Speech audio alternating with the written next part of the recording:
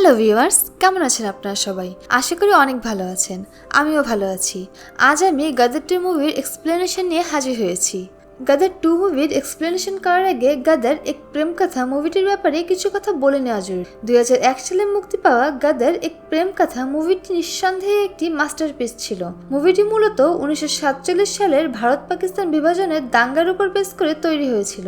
মুভিটিতে একটি মেয়ে সাকিনা দেশ বিভাজনের দাঙ্গার সময় তার পরিবার থেকে আলাদা হয়ে যায় এবং সেখানে থাকা অবস্থায় ওইখানের লোকজন যখন তার উপরে হামলা করতে যায়, এমন সময় এক ট্রাক ড্রাইভার তারা সিং এসে তাকে বাঁচিয়ে নেয় এবং সাকিনাকে সুরক্ষা প্রদানের জন্য ওইখানেই সাকিনাকে বিয়ে করে নেয় এবং এর কিছু বছর পর তাদের একটা ছেলে সন্তান হয় যার নাম ছিল জিতে।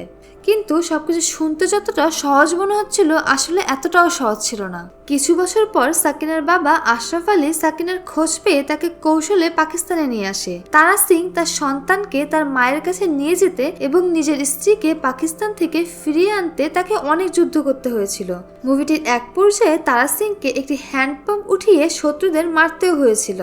এরপর নিজের শ্বশুর আশরাফ আলীকে মানবতার পাঠ পড়িয়ে নিজের স্ত্রী এবং সন্তানকে নিয়ে হিন্দুস্তানে ফিরে আসে। আর এরপর থেকে শুরু হয় গাদার 2 এর কাহিনী। পাকিস্তানে তখন অবস্থা অন্যরকম ছিল। সেখানে মেজর হামিদ ইকবালের তারা সিং এর কথা খুব ভালোভাবেই মনে ছিল। তারা সিং এর কারণেই তার টিমে 40 জন সৈনিক মারা গিয়েছিল। তারা সিং একজন হিন্দুস্তানি, আর হিন্দুস্তানকে হামিদ ইকবাল ঘৃণা করত। সে চাইতো হিন্দুস্তানকে ধ্বংস করে ফেলতে। তার এই ইচ্ছার পেছনে আরো একটি কারণ ছিল। মেজর হওয়ার আগে সে ছিল ব্রিটিশ সৈনিকের ক্যাপ্টেন। দেশ বিভাজনের দাঙ্গার ঝামেলায় সে তার স্ত্রী, সন্তান এবং পরিবারকে হারিয়েছিল। এজন্য তার মনে হিন্দুস্তানিদের প্রতি প্রচন্ড ঘৃণা জন্মায়। তার জীবনের এখন একটাই লক্ষ্য ছিল, হিন্দুস্তানকে ধ্বংস করে ফেলা। এরপর দেখা যায় অনেক পাকিস্তানি হিন্দু হামিদ ইকবালের কাছে ক্ষমা চায়। তারা তার কাছে তাদের প্রাণের ভিক্ষা চায়। কিন্তু নির্মম হামিদ ইকবাল তাদের গীতা ও কোরআনের মধ্যে একটি বেছে নিতে বলে। সেখানে এক ব্রাহ্মণ তার ও তার ছেলের মাথা গীতার উপরে রাখলে হামিদ ইকবাল তরোয়াল দিয়ে তাদের মাথা শরীর থেকে আলাদা করে দেয়। এবারের কাহিনী 1971 সালের ভারত পাকিস্তানের যুদ্ধের আগে। সাকিনার বাবা আশরাফ আলীকে তারা সিংকে সাহায্য করার জন্য মৃত্যুদণ্ড দিয়ে দেওয়া হয়েছে। এই খবর সাকিনাও জানতে পারে। আশরাফ আলীর ফাঁসির পেছনে যার হাত সব থেকে বেশি ছিল সে হলো হামিদ ইকবাল। সে এখন পাকিস্তানের জেনারেল হয়ে গেছে। মুভিতে এর পরের সিনে আমরা তারা সিংকে দেখতে পাই। সে এখন ট্রাকে করে আর্মিদের জিনিসপত্র দিয়ে আসা ও নিয়ে আসার কাজ করত। এর মধ্যে একদিন কর্নেল রাওয়াত তারা সিংকে ডেকে পাঠায়। কর্নেল রাওয়াত তারা সিংকে বলে, এবার যুদ্ধের আভাস পাওয়া যাচ্ছে, মনে হচ্ছে এবার যুদ্ধ লেগেই যাবে। তাই তারা আগে থেকেই যুদ্ধের জন্য প্রস্তুত হয়ে থাকতে চায়। এই জন্য কর্নেল তারা সিংকে জিজ্ঞাসা করে তার ইউনিট থেকে 50টি ট্রাক পাওয়া যাবে কিনা। তারা সিং জানায় হিন্দুস্তানের জন্য সে সবসময় তৈরি থাকবে। এরপর আমরা তারা সিং এর পরিবারকে দেখতে পাই। সেখানে তারা সিং তার স্ত্রী সাকিনা ও ছেলে জিতের সাথে বসবাস করে।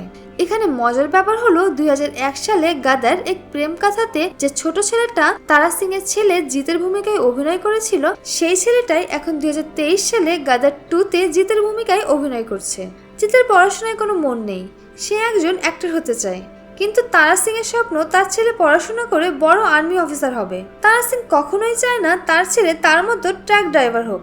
তখন জিতে তার বাবার কাছে একটা বাইকের জন্য আবদার করে, কিন্তু তারা সিং বাইকের জন্য পরিষ্কার না বলে দেয়, যার কারণে জিতে তার বাবার উপর অভিমান করে এবং তার সাথে কথা বলা বন্ধ করে দেয়। ছেলের এমন ব্যবহারে তারা সিং এর মন অনেক খারাপ হয় এবং সে তার ছেলের জন্মদিনের অনুষ্ঠানের দিন তাকে একটা বাইক গিফট করে দেয়, যেটা দেখে জিতে অনেক খুশি হয়ে যায়। কিছুদিন পর তারা সিং আবারও জিতেকে বোঝানো শুরু করে দেয়। তারা সিং জিতেকে বলে, আমি চাই না যে তুমি আমার মতো ড্রাইভার হও। তারা সিং ও তার স্ত্রী সাকিনা তার ছেলেকে অনেক ভালোবাসত। জিতের মনের সকল ইচ্ছা তারা পূরণ করার চেষ্টা করত। ওরা কথা বলছিল, এমন সময় কর্নেল রাওয়াতের কল আসে তারা সিং এর কাছে। কর্নেল রাওয়াত জানায় শত্রু তাদের উপরে হামলা করে দিয়েছে এবং খুব দ্রুততার সাথে সামনের দিকে এগিয়ে আসছে এবং তাদের সোল্ডারদের কাছে থাকা গোলাবারুদও প্রায় শেষ হতে চলেছে। তারা সিংকে সেই গোলাবারুদ ট্রাকের মাধ্যমে ওই সোল্ডারদের কাছে পৌঁছে দিতে হবে। কিন্তু তখন একজন সৈনিকের তারা সিং এর উপর সন্দেহ ছিল যে সে ঠিক সময়ে গোলাবারুদ সৈন্য শিবিরে পৌঁছে দিয়ে আসতে পারবে কিনা। উত্তরে তারা সিং জানায় শত্রুদের জিজ্ঞাসা করো যে আসলে তারা সিং মানুষটাকে। এরপর তারা সিং তাদের সঙ্গীদের সাথে নিয়ে গোলাবারুদ সৈনিকদের কাছে পৌঁছে দিতে রওনা করে, কিন্তু শত্রুরা পথে গোলাবারুদ ভর্তি ট্রাকের উপর হামলা করে দেয় এবং ট্রাকগুলোকে আটকানোর চেষ্টা করে, যার কারণে অনেকগুলো ট্রাকের ক্ষতি হয় এবং আগুন লেগে নষ্ট হয়ে যায়। কিন্তু তারা সিং এর ট্রাক কোনোভাবে হামলা থেকে বেঁচে সোল্ডারদের কাছে পৌঁছে যায় এবং তাদের গোলাবারুদ ডেলিভারি করে দেয় এবং তারা সিং ওই যুদ্ধে অংশগ্রহণ করে।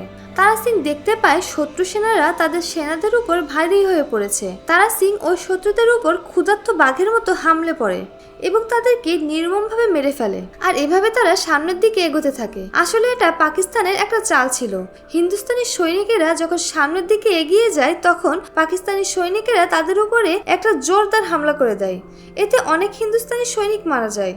আর তারা সিং এর সাথে যারা গিয়েছিল তারা অনেকেই মারা গিয়েছে এই যুদ্ধে। এরপরে জানা যায় তারা সিং এর সাথে অনেককেই বন্দি বানিয়ে নিয়ে যাওয়া হয়েছে। অনেক খোঁজ খবর নেওয়ার পরেও জানা যাচ্ছিল না যে তারা সিংকে ও তার সাথীদের আসলে কোথায় নিয়ে গিয়েছে। কিছু ইনভেস্টিগেশনের পরে জানা যায় যে তারা সিংকে ও তার সাথীদেরকে পাকিস্তানি কোটলাতপাত জেলে আটকে রাখা হয়েছে। এই কথা যখন সাকিনা ও জিতে জানতে পারে তখন তাদের মনের অবস্থা খুব খারাপ হয়ে যায়। তারা কখনোই এটা ভাবতে পারেনি যে একদিন তারা সিং পাকিস্তানের এমন একটা জেলে আটকে যাবে যেখান থেকে তাকে ফিরিয়ে আনা সম্ভব নয়। সাকিনা তার স্বামীর এমন অবস্থার জন্য একদমই ভেঙে পড়ে এবং নামাজ পড়ে উপরওয়ালার কাছে তারা সিং এর সুরক্ষার জন্য দোয়া করতে থাকে। জিতে তার মায়ের এমন অবস্থা দেখতে পারছিল না।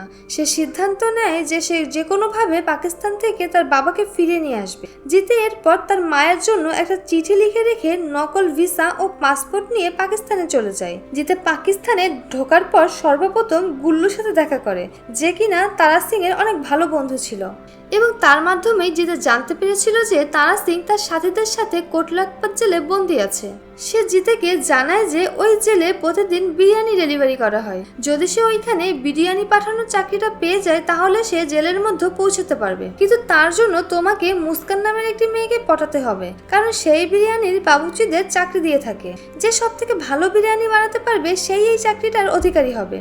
মুস্কান মুভি দেখতে খুব পছন্দ করে এবং তার ফেভারিট অ্যাক্টর হলো রাজেশ খান্না। এটা জিতে খুব ভালোভাবে জানতে পেরে গেছে।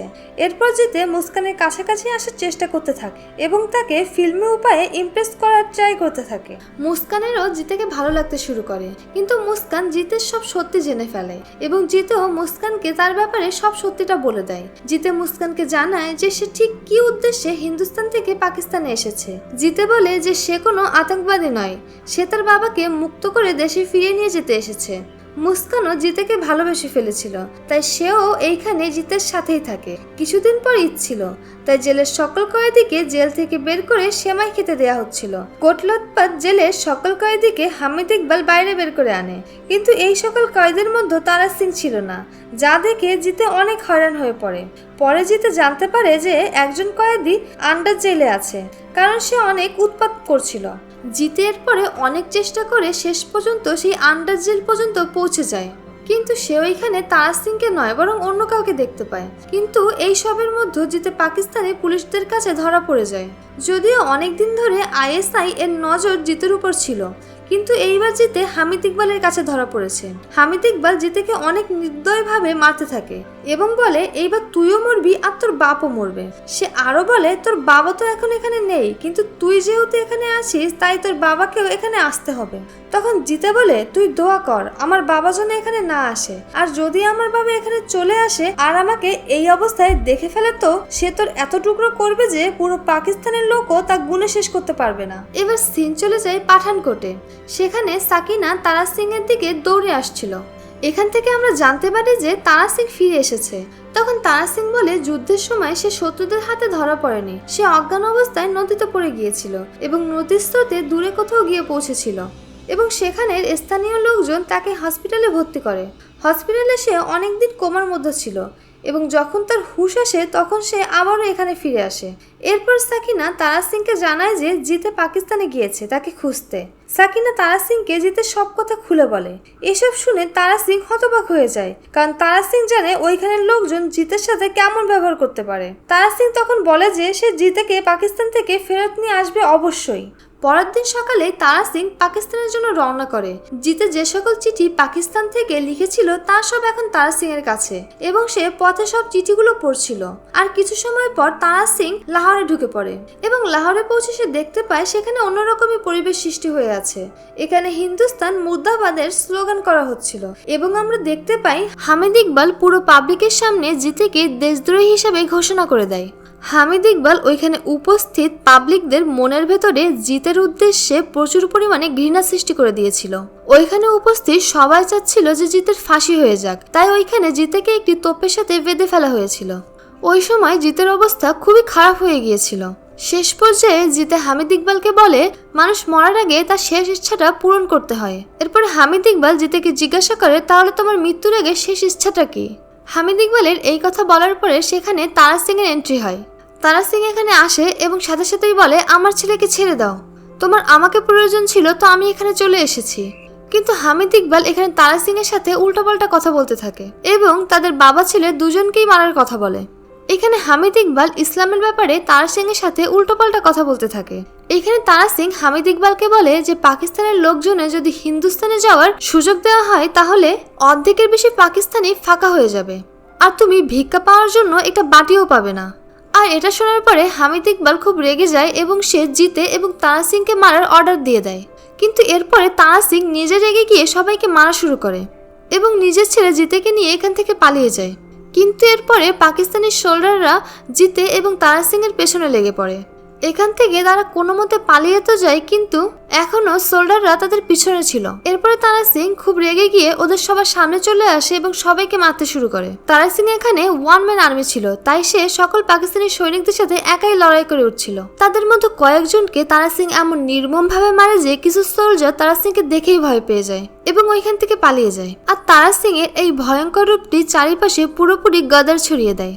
এই সময় তারা সিং এর পুরো কনসেন্ট্রেশন শত্রুদের সাথে লড়াই করার পেছনে ছিল, কিন্তু ওইদিকে কিছু লোক জিতেকে ধরে ফেলেছিল। কিন্তু জিতে ওদের সাথে ভালোভাবে লড়াই করে সেখান থেকে পালিয়ে যায়, কিন্তু জিতে পালানোর কারণে তারা সিং এর থেকে দূরে চলে গিয়েছিল। এদিকে তারা সিং এর জিতের জন্য চিন্তা হতে থাকে, কারণ তারা সিং ভেবেছিল ওই লোকগুলো বোধহয় জিতেকে আবার ধরে ফেলেছে। তাই তারা সিং গলি গলি গিয়ে তার ছেলে জিতেকে খুঁজতে থাকে। অন্যদিকে আমরা দেখতে পাই মুস্কানের কাছে হামিদ ইকবাল এসেছিল। এইখানে হামিদ ইকবাল মুস্কানের পরিবারকে বন্দুকের ভয় দেখিয়ে জিতের ব্যাপারে কিছু উল্টোপাল্টা গুজব চারিপাশে ছড়িয়ে দিতে বলে এবং একটি ওয়ারেন্টি কাগজে মুস্কানের সাইনও নিয়ে নেয়, যার কারণে দুই বাবা ছেলে এখন ওয়ান্টেড হিসেবে ঘোষিত হয়। এইদিকে মুস্কানের পরিবার চাচ্ছিল মুস্কান এবং জিতে এখন এক হয়ে যাক এবং তারা সিংকেও সাহায্য করতে চায়, কারণ তারা জানতে পেরে গিয়েছিল যে তারা সিং ও তার ছেলে জিতে একদমই নির্দোষ ছিল।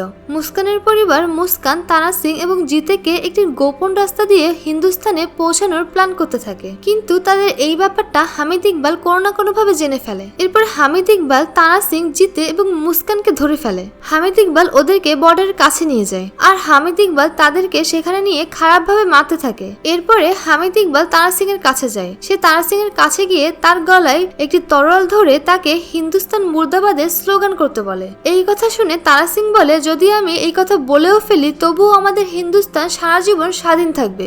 সাথে তারা সিং এটাও বলে যে তোমরা সকল পাকিস্তানিরা মিলে যদি হিন্দুস্তান মুর্দাবাদের স্লোগান করো তবুও তোমাদের আওয়াজ শুধু বর্ডার পর্যন্তই আসবে, কিন্তু যদি সকল হিন্দুস্তানিরা মিলে হিন্দুস্তান জিন্দাবাদের স্লোগান করে তাহলে পুরো পাকিস্তানি ফেটে যাবে। আর এই কথা শুনে হামিদ ইকবাল ওদের সবাইকে মারতে চলে আসে, আর তখনই তারা সিং তার ভয়ঙ্কর রূপে চলে আসে আর ওদের সকল শত্রুদের মারতে শুরু করে দেয়। তারা সিং ওর সকল শত্রুদের নির্মমভাবে মারতে থাকে। হামিদ ইকবালের কাছে ওই সময় ওর পুরো আর্মি ছিল, আর এইদিকে একা তারা সিং ছিল যে কোনো আর্মির থেকে কম ছিল না। তারা সিং এর সাথে যারা সঙ্গী ছিল তারাও এখানে বন্দী ছিল। তারা সিং তার ওই সঙ্গীদেরকেও ছাড়িয়ে নেয় এবং একটা তোপের উপরে উঠে তাদেরকে নিয়ে বর্ডারের দিকে এগোতে থাকে, কিন্তু ওই সময় হামিদ ইকবালের কাছে অনেকগুলো তোপ ছিল এবং তারা সিং তার একটি মাত্র তোপ দিয়ে হামিদ ইকবালের সকল তোপের সাথে লড়াই করছিল। কিন্তু এখানে তারা সিং অনেক বাহাদুরের সাথে লড়াই করছিল, আর এই লড়াইয়ে তারা সিং এর সাথে তার ছেলে জিতে এবং তার অন্যান্য সঙ্গীরাও সাহায্য করছিল। এইখানে তারা সিং হামিদ ইকবালের অনেক সৈনিকদেরই হারিয়ে দেয়। এইটা তাদের একটা রানিং ওয়ার ছিল,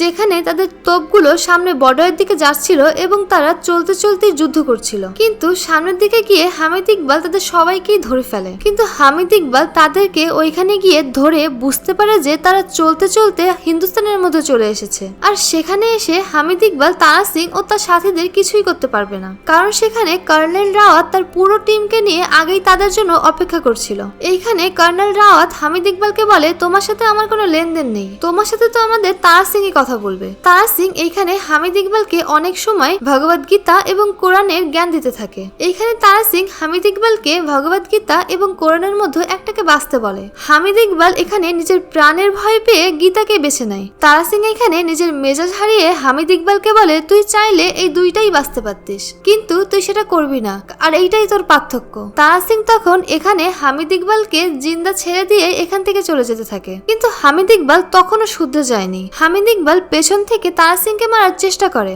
কিন্তু তারা সিংকে মারার আগেই কর্নেল রাওয়াতের সকল ফৌজি হামিদ ইকবালকে গুলি করে দেয় এবং শেষ পর্যন্ত পাকিস্তানি সোলজাররাও হামিদ ইকবালকে গুলি মারতে থাকে, কারণ তারাও বুঝতে পেরে গিয়েছিল যে হামিদ ইকবাল আসলেই খুবই খারাপ একটা মানুষ। আর এই সিনের মাধ্যমেই মুভিটি এখানে শেষ হয়ে যায়। বন্ধুরা, এইখানে তারা সিং এর অ্যাকশন কিন্তু খুবই দুর্দান্ত ছিল। গদর 2 সম্পূর্ণ মুভিতে সানি দেওয়াল যেভাবে অ্যাকশন করেছে তা আসলেই দেখার মতো।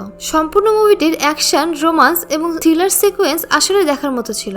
যারা যারা আমাদের চ্যানেলটির নতুন ভিউয়ার্স, তারা প্লিজ আমাদের চ্যানেলটি সাবস্ক্রাইব করে বেল বাটনটি অন করে দিবেন। আর আমাদের এক্সপ্লেনেশন আপনাদের কেমন লাগলো কমেন্টে অবশ্যই জানাবেন।